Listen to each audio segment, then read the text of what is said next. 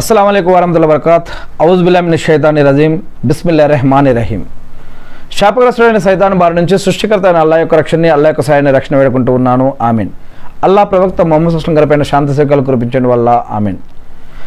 అంతిమ దైవ ప్రవక్త ముహమ్మద్ సల్లల్లాహు అలైహి వసల్లం గారు ఒక విషయం చెప్పారు అని హజరత్ ఇబ్నే మసూద్ రజియల్లాహు గారు చెప్పినటువంటి విషయం ఏమిటి అంటే, ప్రళయ దినం, తీర్పు దినం, జడ్జిమెంట్ డే అనేది ఖచ్చితంగా ఉంది.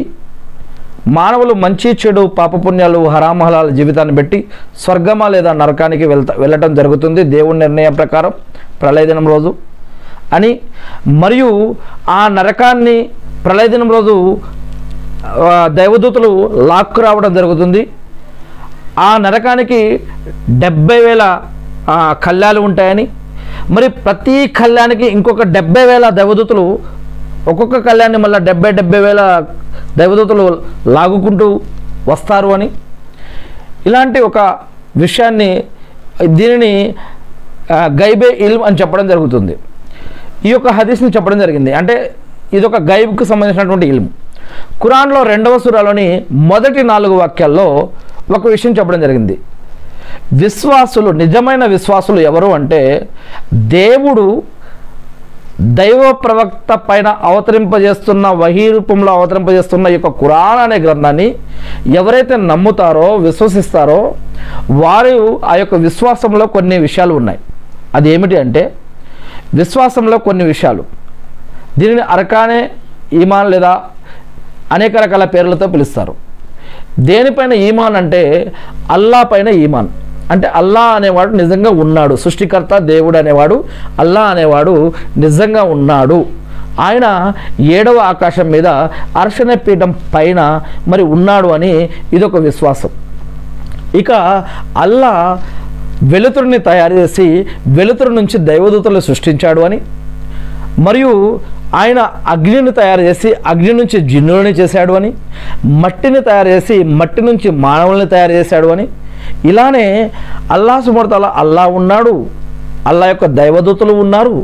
అల్లా అనేక కాలాలలో, అనేక యుగాలలో, అనేక చరిత్రలలో వారి వారి జాతుల్లో నుంచే, భాషల్లో నుంచే అనేక మంది మానవులని ప్రవక్తలుగా ఎన్నుకున్నాడు. ఎందుకు అంటే, అక్కడున్న ప్రజలు ఏం తినాలి, ఏం తినకూడదు, ఎలా బతకాలి, ఎలా బతకూడదు, మంచి అంటే ఏంది, చెడు, పాపం, పుణ్యం, హరాం, హలాల్ జీవితం అంటే ఏమిటి, ఎలా జీవిస్తే స్వర్గానికి వెళ్తారు, ఎలా జీవిస్తే నరకానికి వెళ్తారు, మరియు వాళ్ళకి జీవన పద్ధతులు, ఆరాధన పద్ధతులు, మరియు జరిగినవి, జరుగుతున్నవి, జరగాల్సినవి అనేక రకాల జ్ఞానము, విషయాలు వారికి ఈ యొక్క ప్రవక్తల ద్వారాను, ఆ ప్రవక్తలకి కొన్ని గ్రంథాలు ఇచ్చి వాటి ద్వారాను, మరియు ఆ ప్రవక్తలకి కొన్ని మహిమలు ఇచ్చి ఆ యొక్క మహిమల ద్వారాను, ఇలా దేవుడు ప్రవక్తలు అనే వారిని ఎన్నుకోవడం జరిగింది. వారి ద్వారా మానవులకి జ్ఞానాన్ని నేర్పడం జరిగింది అని చెప్పడం జరిగింది. మరి అల్లాని విశ్వసించడం ఇది విశ్వాసంలో ఒక భాగం. మరియు దైవదూతలు కూడా ఉన్నారు. ఈ యొక్క దైవదూతల పని ఏమిటి అంటే, దైవదూతలు అల్లా ఏదైతే చెప్పాడో అది దాన్ని తూచా తప్పకుండా పాటించడం. ఉదాహరణకి మనం అలారం పెడితే కరెక్ట్గా ఏ టైంకి పెడితే అలారం ఆ టైంకి ఎలా మోగుతుందో, అలానే ఆ అలారం పని అదే, మనం పెట్టిన టైంకి మోగటమే. అలానే దైవదూతల పని ఏమిటి అంటే, అల్లా ఏది చెప్తే అది చేయడమే వారి యొక్క పని. మరి అల్లా చెప్పిన దానికి విరుద్ధంగా కానీ, ఆపోజిట్గా కానీ, ఎక్కువగా కానీ, తక్కువగా కానీ చేయటం అనేది ఉండదు.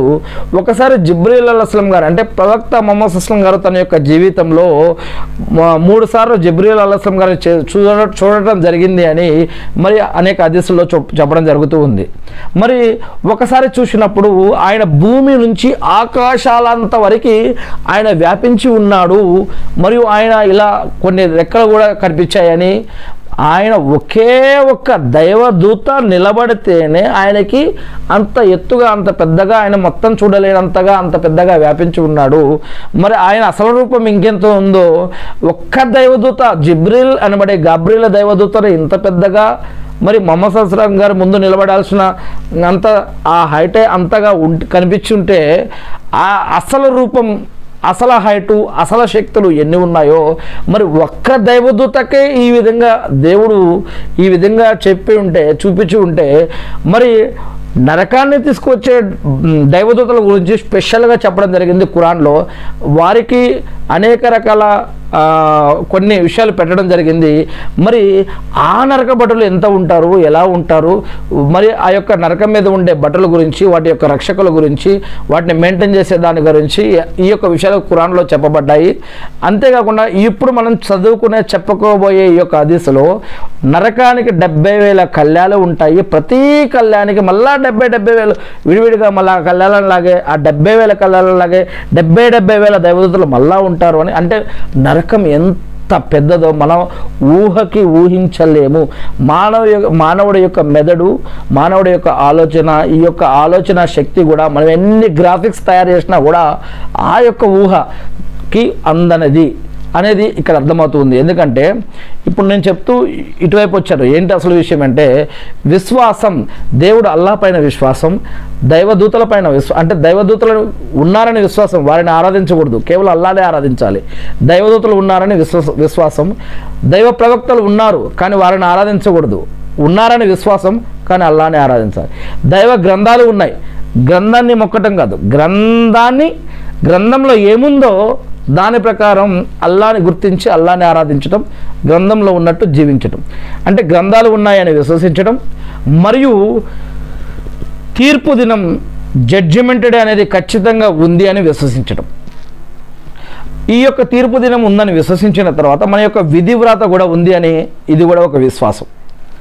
మరి ఈ యొక్క ఇంతేకాకుండా అల్లాహ్ సుబ్హానహు వ తఆలా కొన్ని విషయాలు చెప్పడం జరిగింది. మరి గ్రంథాలపైన విశ్వాసం అంటే ఏంటి? దైవ ప్రవక్తలపైన విశ్వాసం, దైవ గ్రంథాలు కూడా ఉన్నాయని విశ్వసించాలి. మరి దైవ గ్రంథాలు ఉన్నాయి అని విశ్వసించడం అంటే దేవుడు దైవ గ్రంథంలో ఒక విషయం చెప్పాడు అంటే అది నిజంగా జరిగింది, జరుగుతుంది, జరగబోతుంది, జరుగుద్ది అనేటటువంటి విశ్వాసం. ఇది అసలైన విశ్వాసం. మరి ఈ యొక్క విశ్వాసంలో ప్రళయదినం గురించి కొన్ని విషయాలు చెప్పబడ్డాయి. మరియు అంతేకాకుండా స్వర్గం, నరకం గురించి, దైవదూతల గురించి, జరిగిన అనేక రకాల గాథల గురించి, అనేక చరిత్రల్లో జరిగిన విషయాల గురించి, మన తర్వాత జరగబోయే విషయాల గురించి అనేక విషయాలు గ్రంథంలో చెప్పబడ్డాయంటే వాటిపైన విశ్వాసం తీసుకురావటం కూడా ఈమాన్లో లక్షణంగా, ఒక విశ్వాస యొక్క లక్షణంగా ఖురాన్లో 2వ సూరాలో మొదటి 4 వాక్యాల్లో ఏం చెప్పబడింది అంటే నిజమైన విశ్వాస యొక్క లక్షణం ఏమిటి అంటే గ్రంథంలో ఏదైనా విషయం చెప్పబడింది అంటే దానిపైన ఖచ్చితంగా అతడు విశ్వాసం తీసుకొని వస్తాడు. ఇంకా దాని మీద ఎటువంటి డౌట్ అనేది ఉండదు. ఇంకా ఎందుకు అంటే అది అల్లాహ్ యొక్క కలాం, అల్లాహ్ యొక్క ఖురాన్, అల్లాహ్ యొక్క గ్రంథం, అల్లాహ్ యొక్క వాక్కు, ప్రవక్త ముహమ్మద్ సల్లల్లాహు అలైహి వసల్లం గారి ద్వారా మన దగ్గరికి వచ్చినటువంటి గ్రంథం. జిబ్రీల్ అలైహిస్సలాం గారు అల్లాహ్ వద్ద నుంచి వహీ రూపంలో తీసుకువచ్చినటువంటి గ్రంథం అది. అల్హమ్దులిల్లా. ఈ విధంగా ఇక అల్లాహ్ చెప్పిన వాక్యంలో ఎటువంటి డౌట్ ఉండదు. అటువంటి నిజమైన విశ్వాసులకి మరి ప్రళయం ఉంది అంటే ప్రళయ దినం ఉంది, తీర్పు దినం ఉంది, జడ్జిమెంట్ డే ఉంది. మనిషి మరణించాక మరి ఆలమే బర్జక్ జీవితం అనేది కూడా ఒకటి ఉంటుంది. మరి అక్కడి నుంచే ప్రళయ దినం వచ్చేంత వరకు కూడా వారికి స్వర్గ నరకాల యొక్క వాటి యొక్క మరి వాసనలు, వాటి యొక్క వేడులు, వాటి యొక్క సుఖాలు, మరి ఇక నరకం స్వర్గానికి పోయే వారికి ఇక్కడ సమాధుల్లో అనుభవిస్తూ ఉంటారని. మరి అంటే ఆలమే బర్జక్ జీవితం, అది సమాధి జీవితమా అంటే మన సమాధిలో పెట్టినాక మరి వారి యొక్క ఆత్మలని మరి ఇలియన్ సిజ్జీన్ అని ఖురాన్లో కొన్ని విషయాలు చెప్పబడ్డాయి. ఇదంతా కూడా ఖురాన్ చదివిన వారికి, ఖురాన్ చదివే వారికి మనకు వచ్చిన భాషలో, ఒక అరబ్బీలోనే కాదు మనకు వచ్చిన భాషలో కూడా ఖురాన్ చదివే వారికి ఇలాంటి విషయాలు అర్థమవుతాయి. అల్హమ్దులిల్లా. మరి ఒక విషయం ఏది ఏమైతేనేమి ఇక్కడ గైబ్ పర్ ఈమాన్ లానా అంటే మనం చూడాలని, మనం వినని, మనం చూడాలనే విషయాలు కూడా ఖురాన్లో కొన్ని చెప్పబడ్డాయి. వాటిపైన ఈమాన్ తీసుకురావడం కూడా విశ్వాసంలో భాగంగా చెప్పడం జరిగింది. దానికి సంబంధించి ఇక్కడ మరి ఇబ్నే మసూద్ రజల్లా గారు చెప్తున్నారు, ముహమ్మద్ సల్లల్లాహు అలైహి వసల్లం గారు చెప్పారని. నరకం అనేది ఉంది, దానిని ప్రళయ దినం రోజు మన ముందుకు తీసుకురావడం జరుగుతుంది. మరియు దాని గురించి ఏం చెప్పారంటే ప్రవక్త ముహమ్మద్ సల్లల్లాహు అలైహి వసల్లం గారు ఇలా చెప్తూ ఉండగా నేను విన్నాను అని హజరత్ ఇబ్నే మసూద్ రజిల్లా గారు చెప్తున్నారు. ఆ రోజు ప్రళయ దినం, తీర్పు దినం రోజు మరి నరకాన్ని అందరి ముందుకు తీసుకువచ్చినప్పుడు దానికి 70,000 కళ్ళాలు ఉంటాయి. 70 కాదు, 70,000 కళ్యాలు నరకానికి ఉంటాయి. ప్రతి కళ్యానికి మళ్ళీ 70,000 మంది దైవదూతలు పట్టుకొని లాగుతూ ఉంటారు అని ప్రవక్త ముహమ్మద్ సల్లల్లాహు అలైహి వసల్లం గారు చెప్పారు అని హజరత్ ఇబ్నే మసూద్ రజిల్లా గారు తెలియజేస్తూ ఉన్నారు. ఈ యొక్క హదీస్ ముస్లిం హదీస్ గ్రంథంలోని స్వర్గ సుఖాల యొక్క అధ్యాయంలో ఈ యొక్క హదీస్ గురించి చెప్పడం జరిగింది. ఏది ఏమైతేనేమి నేను సృష్టికర్త అయిన అల్లాహ్ను ప్రార్థిస్తూ ఉన్నాను, అల్లా మా అందరి యొక్క పాపాలను క్షమించడం వల్ల, మమ్మల్ని ఆ యొక్క నరకం నుంచి మమ్మల్ని రక్షించడం వల్ల, మా అందరికీ స్వర్గ భాగ్యాన్ని ప్రసాదించడం వల్ల, అల్లాహు అక్బర్, అల్లా మీ యొక్క రెహమత్ తోటి మీ యొక్క కరుణతోటి మమ్మల్ని రక్షించి మా పాపాలను క్షమించి ఆ యొక్క నరకం నుంచి కాపాడే మాకు స్వర్గాన్ని ప్రసాదించడం వల్ల ఆమీన్. అల్లా ప్రవక్త ముహమ్మద్ సల్లం గారి పైన శాంతి సౌఖ్యాలు కురిపించండి వల్ల ఆమీన్.